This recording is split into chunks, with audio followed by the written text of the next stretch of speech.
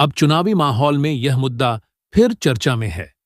नीतीश कुमार का कहना है कि शराबबंदी किसी भी कीमत पर खत्म नहीं की जाएगी। वह इसे महिलाओं की सुरक्षा और सामाजिक सुधार के लिए जरूरी मानते हैं। लेकिन विपक्ष, खासकर तेजस्वी यादव और उनके गठबंधन ने इशारा दिया है कि अगर उनकी सरकार बनी तो शराबबंदी नीति की समीक्षा की जाएगी। हालांकि उन्होंने यह नहीं बताया कि समीक्षा का नतीजा क्या होगा और इसे कब लागू किया जाएगा। राजनीति में यह मुद्दा एक बड़ा चुनावी हथियार बन गया है।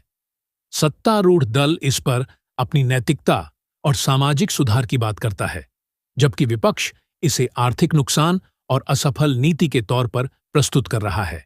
विश्लेषकों का कहना है कि चुनावी वादे होने के बावजूद शराबबंदी तुरंत खत्म नहीं की जा सकती। इसके लिए पहले कानून में संशोधन करना होगा, फिर प्रशासनिक प्रक्रियाएं शुरू होंगी। यह एक लंबा और जटिल काम है जिसमें समय लगना तय है। अगर भविष्य में शराबबंदी हटाने का फैसला होता है तो सबसे पहले राज्य सरकार को नियंत्रित शराब बिक्री का मॉडल तैयार करना पड़ेगा। इसका मतलब होगा कि पहले कुछ जिलों में पायलट प्रोजेक्ट के तौर पर सरकारी निगरानी में सीमित मात्रा में शराब बेची जाएगी। इसके बाद नीति की समीक्षा कर पूरे राज्य में विस्तार किया जा सकता है। यह पूरी प्रक्रिया 6 महीने से 2 साल तक का समय ले सकती है। कई विशेषज्ञों का मानना है कि पूर्ण शराबबंदी के बजाय नियंत्रित बिक्री एक संतुलित रास्ता हो सकता है।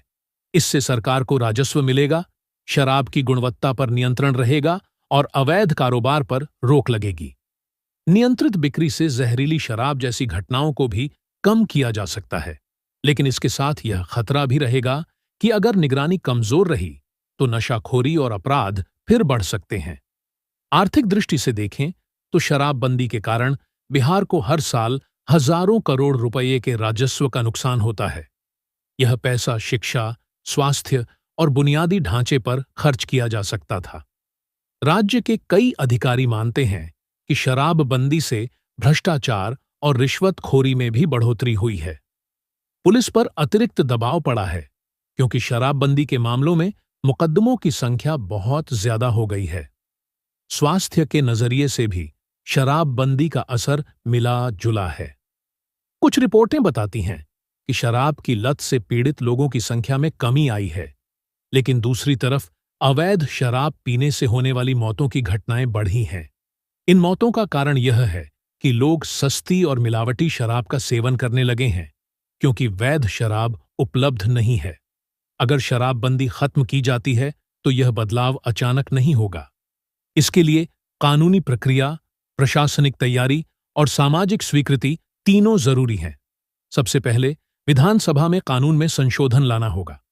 इसके बाद उत्पाद विभाग को नया ढांचा बनाना पड़ेगा, जैसे लाइसेंस प्रणाली, टैक्स ढांचा, दुकान वितरण नीति और निगरानी व्यवस्था। साथ ही सरकार को यह भी सुनिश्चित करना होगा कि शराब बिक्री नियंत्रित मात्रा में हो, ताकि समाज पर इसका नकारात्मक असर न पड़े। संभावना यही है कि अगर नई सरकार इस दिशा में निर्णय लेती है तो पहले साल केवल सीमित जिलों में प्रयोगात्मक तौर पर शराब बिक्री की अनुमति दी जाएगी। इसके बाद नीति के नतीजों का अध्ययन कर इसे पूरे राज्य में लागू किया जाएगा। इसमें कम से कम 1 से 2 साल का समय लग सकता है।